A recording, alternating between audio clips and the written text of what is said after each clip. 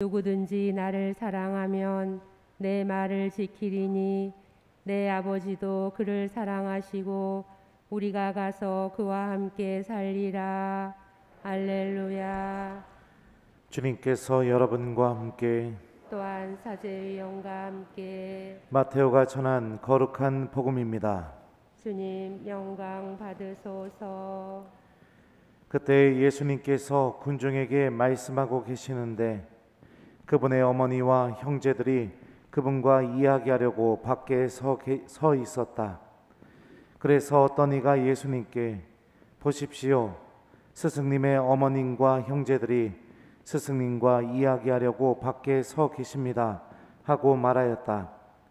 그러자 예수님께서 당신께 말한 사람에게 누가 내 어머니고 누가 내 형제들이냐 하고 반문하셨다. 그리고 당신의 제자들을 가리키시며 이르셨다. 이들이 내 어머니고 내 형제들이다. 하늘에 계신 내 아버지의 뜻을 실행하는 사람이 내 형제요, 누이요, 어머니다. 주님의 말씀입니다. 그리스도님 찬미합니다. 오소서 성령님. 하늘에 계신 내 아버지의 뜻을 실행하는 사람이 내 형제요, 누이요, 어머니다. 안녕하세요. 오늘 말씀을 그냥 요 내용만 보시면 예수님이 참 야속한 아들처럼 이렇게 보일 수도 있을 것 같아요. 그죠? 만나러 엄마랑 가족들이 찾아왔는데 누가 내 형제고 내 어머니냐. 참 버르장말이 없죠.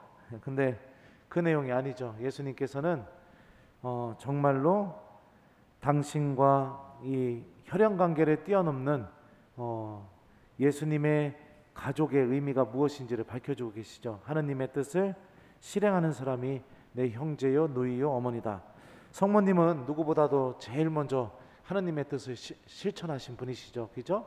그러니까 어머니와의 관계 이런 것을 부정하는 그런 내용으로 오늘 복음을 이해하는 것은 좀 잘못된 자세라고 볼 수 있습니다. 아버지의 뜻을 실천하는 사람이 예수님의 가족이 될 수 있습니다. 그럼 아버지의 뜻은 무엇일까? 여러 가지를 우리가 생각해 볼 수 있지만 마테오 복음이니까요. 마테오 복음에서 드러나는 아버지 하느님의 뜻 18장에 보면 이런 말씀이 있습니다. 되찾은 양의 비유 이야기를 해주시면서 예수님께서 이렇게 말씀하셔요.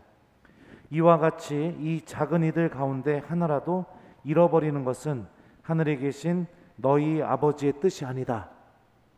이 말에 비추어 보면 하느님 아버지의 뜻은 그 누구도 하느님으로부터 떨어져 나가지 않게 되는 것. 그 모든 사람들이 당신께서 주시는 은총과 생명, 구원을 얻으면서 살아가게 되는 것. 이게 하느님 아버지의 뜻이라고 특히 마테오복음 안에서요 우리가 생각해 볼 수 있습니다. 주님께서는 그 누구도 잃어버리기를 원하지 않으십니다. 우리가 설사 18장에 나오는 것처럼 길 잃은 양이 되었다 하더라도, 내가 죄인이 되었다 하더라도 주님께서는 나를 절대로 잃어버리지 않기를 바라고 계십니다. 이것이 하느님 아버지의 뜻입니다. 그리고 이 뜻에 대한 뜻에 담겨져 있는 하느님의 마음이 오늘 일독서 안에서 그대로 잘 표현이 되고 있습니다. 제가 한번 읽어드릴게요. 그분은 분노를 영원히 품지 않으시고 오히려 기꺼이 자애를 베푸시는 분이시다. 그분께서는 다시 우리를 가엾이 여기시고 우리의 모든 허물들을 모르는 채 주시리라. 당신께서 저희의 모든 죄악을 바다 깊은 곳으로 던져주십시오. 그러니까 우리들이 설사 하느님께 큰 죄를 저지르고 잘못을 했다 하더라도 오늘 미카 예언자가 뭐라고 얘기하죠? 우리들의 허물들을 모른 채 주시고 우리들의 죄악을 바다에다 던져주신다. 던져버리신다. 왜요? 그 죄보다 내가 더 소중하기 때문에. 하느님께는 나를 잃어버리는 것을 상상도 할 수 없기 때문에. 이게 하느님 아버지의 뜻입니다. 그러면 이 뜻을 실행하는 사람이 되는 것은 어떤 것을 의미할까요? 하느님이 나를 잃어버리기를 바라지 않으신다는 것을 믿고 내가 언제든지 하느님께 돌아가는 것을 주저하지 않는 사람이 되는 것이 이 하느님 아버지의 뜻을 실행하는 사람입니다. 더 쉽게 이야기하면 내 영혼에 문제가 생기게 되었을 때 고해소로 가는 것을 두려워하지 않고 내가 하느님께 기쁘게 내가 죄를 용서받는다는 희망으로 주님께서는 그럼에도 불구하고 나를 잃어버리기를 바라지 않으신다는 그 믿음으로 내가 고해소로 걸어나가는 신앙인이 되는 것, 이게 1차적으로 하느님 아버지의 뜻을 실행하는 사람이 되는 것이죠. 강론 때 몇 번 얘기했었어요. 사람이 지을 수 있는 죄 중에 가장 큰 죄가 뭐라고 했었죠? 제가 1번 십계명 제1계명 한 분이신 하느님을 흠숭하여라, 이거를 어긴 거. 그 다음에 또 5번 뭐죠? 살인하지 마라, 예, 사람을 죽인 거. 6번 간음하지 마라, 예, 간음한 거. 그 다음에 도둑질하지 마라. 예. 자, 그러면 내가 예를 몇 개 들었지? 아이고. 예. 그리고 마지막 5번 고해성사 안 보려고 하는 거. 자, 몇 번일까요? 예? 5번입니다. 나머지 모든 죄는 하나님이 다 용서해 줄 수 있는 죄입니다. 그렇죠? 근데 고해성사를 안 보려고 하는 것은 무엇이냐면 하나님이 나를 용서하지 못하게 만드는 겁니다. 내 스스로 하느님으로부터 떨어져 나가는 것을 선택하는 것과 같다고 볼 수 있는 겁니다. 그러니까 우리는 이런 하느님 용서의 신비를 믿고 내가 문제가 생겼을 때 주님께 걸어나가는 것을 두려워하지 않고 주님께서 나를 잃어버리지 않으신다는 것을 믿으면서 내가 하느님께 용서를 청하는데 인색한 사람이 되지 않는 것, 이게 첫 번째 의미로 하느님의 뜻을 실행하는 사람이 되는 것이죠. 또 우리가 생각해 볼 수 있습니다. 아버지의 뜻이 어디에 다 담겨 있을까요? 우리가 무엇을 보면은 아버지의 뜻이 무엇인지 알 수 있을까요? 바로 하나님의 말씀입니다.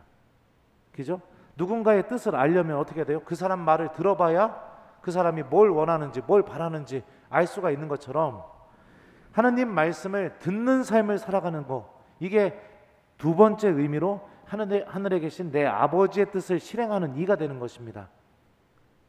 그러니까 언제나 내가 하나님의 말씀을 듣는 마음을 갖고 내가 집중해서 잘 들으려고 하는 것, 특별히 전례 때, 이 미사 때 반드시 이루어지는 힘이 담겨져서 하나님의 놀라운 신비가 담겨져서 여러분들에게 선포되는 이 독서와 복음 말씀을 내가 잘 들으려고 하는 것, 이게 하나님 아버지의 뜻을 실행하는 이죠.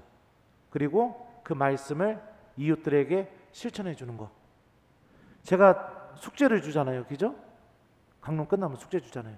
그 의미가 뭘까요? 하나님 말씀을 실천합시다, 이런 의미로 숙제를 주는 거예요. 그러니까 신부님이 내주는 숙제만 잘해도 어떻게 됩니까? 하늘에 계신 내 아버지의 뜻을 실행하는 이가 되겠죠, 그죠? 그러니까 잘해요 나한테. 나는 굉장히 제가 제 입으로 이런 얘기하면 안 됩니다. 미안합니다. 내가 더 잘할게요. 미안해요. 그래서 주님께 용서를 청하는데 인색한 사람이 되지 않는 거, 하느님의 말씀을 잘 듣는 거, 그 다음에 내가 그 말씀을 이웃들에게 실천해 주는 사람이 되는 거, 이 세 가지 방법이 하늘에 계신 내 아버지의 뜻을 실행하는 이가 되는 길이라는 것을 여러분들 기억하십시오.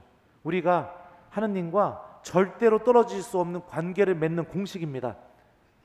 어머니랑 형제랑 누이랑, 물론 지금은 나이가 많이 먹은 다음에는 서로 돈 때문에도 갈라지기도 하고 그러지만 그 출발점 자체를 생각해 보면 어머니와 자녀가 어떻게 떨어질 수 있습니까? 그죠? 그 애절한 사랑으로 아주 강하게 결합되어 있는 게 이 부모와 자식 간의 관계, 형제와 형제 간의 관계잖아요. 그 출발점을 생각해 보면 하느님과 나도 그런 아주 그 어떤 것으로도 갈라놓을 수 없는 관계를 맺게 되는 길로 들어가는 것이 하느님께 용서를 청하는데 인색하지 않는 것, 하느님 용서의 힘을 믿는 신앙인. 두 번째, 말씀을 듣는 신앙인. 세 번째, 말씀을 실천하는 신앙인. 이 세 가지입니다. 신앙생활에서 이 세 가지를 잃어버리게 되면 하느님을 잃어버린 것과 같은 일들이 벌어지게 됩니다. 아무리 미사 드려도 은총이라든지 기쁨이라든지 은혜가 없어요, 내 안에. 아무리 기도해도 그 기도 시간을 통해서 내가 위로받는 게 아니라 기도가 짐이 돼버리고 일이 돼버리게 되는 겁니다. 의무가 되어버리게 되고, 아무리 봉사해도 그 봉사를 통해서 하느님께서 맺어주시는 그 사랑으로 넘어가는 게 아니라 사람들과의 관계 때문에 더 상처받고 더 미워하고 이렇게 되는 겁니다. 이 세 가지가 빠져버린 신앙생활은요, 거기에는 하느님을 내가 정말로 깊은 관계를 맺는 길로 인도해주는 은총이 없습니다. 신앙의 공식입니다. 그리고 또 우리가 하느님 안에 머물 수 있는 공식이기도 합니다. 우리 교우 여러분들, 아무리 여러분들이 큰 죄를 저질렀어도 두려워하지 마십시오. 하느님 용서의 힘을 믿는 신앙인이 되십시오. 그리고 말씀을 잘 들으십시오. 그리고 그 말씀을 이웃들에게 실천하는 사람이 되십시오. 주님께서 우리가 이런 방법을 선택하게 될 때 우리와 아주 깊은 관계, 긴밀한 관계, 오늘 복음 하나송 볼까요? 이렇게 돼 있죠. 누구든지 나를 사랑하면 내 말을 지키리니 내 아버지도 그를 사랑하시고 우리가 가서 그와 함께 살리라. 말씀을 듣고 지키는 것만으로도 하느님이 내 안에서 머무실 거라고 오늘 복음 하나송에서도 고백되고 있는 것처럼 우리가 이 세 가지 신앙의 공식을 마음속에 잘 담고 살아가도록 노력하는 하느님의 자녀들이 되었으면 좋겠습니다. 숙제 드릴게요. 오늘 숙제는 하느님 아버지의 뜻을 실천하기 위해서, 자, 첫 번째 몇 개 중에 고르시면 됩니다. 1번 숙제는 내가 하느님께 용서받을 것이 혹시라도 있다면 잘 성찰해서 고해성사를 준비하는 저녁이 되는 거, 이게 첫 번째 숙제. 자, 나는 신부님 그런 거 할 거 없습니다 하시는 분들은 두 번째 숙제, 하느님 말씀을 여러분들 잘 읽고 그 다음에 여러분들 가족들에게 하느님의 말씀을 실천하는 저녁이 되는 거, 어떤 말씀이 되었던지 간에요, 오늘 주무시기 전에 여러분들 가족들에게 하느님의 말씀 한 구절을 꼭 이렇게 실천하는 저녁이 되도록 노력하는 걸 숙제로 드리도록 하겠습니다. 두 개 중에 하나 하시면 됩니다. 하늘에 계신 내 아버지의 뜻을 실행하는 사람이 내 형제요 누이요 어머니다. 아멘.